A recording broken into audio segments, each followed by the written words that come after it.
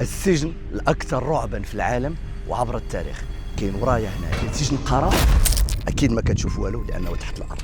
هذا السجن هذا كيقولوا بأن الداخل فيه مفقود والخارج ما كاينش خارج. هذا السجن هذا تشيد في العهد ديال السلطان مولاي اسماعيل، نهايه القرن السابع عشر وبدايه القرن الثامن عشر، واللي شيده هو واحد المهندس برتغالي اسمه كارا. انا نعرف القصه ديالو.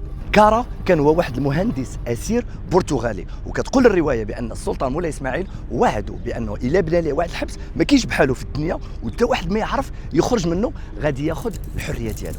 من الاشياء اللي زادت في الرعب ديال سجن قرى هو الاساطير والحكايات اللي كتحكي الناس، فكيقولوا بانهم باقي الان كيسمعوا اصوات ديال المساجين اللي كانوا، وكاين اللي كيقول بانه مسكون بين الجن، وكاين اللي كيقول بانه المساحه ديالو تحت حمك الناس كامله، وكاين اللي كيقول بانه الى يومنا هذا الا دخلتي ليه ما تعرفش تخرج. وانت واش تقدر تدخل ليه او لا؟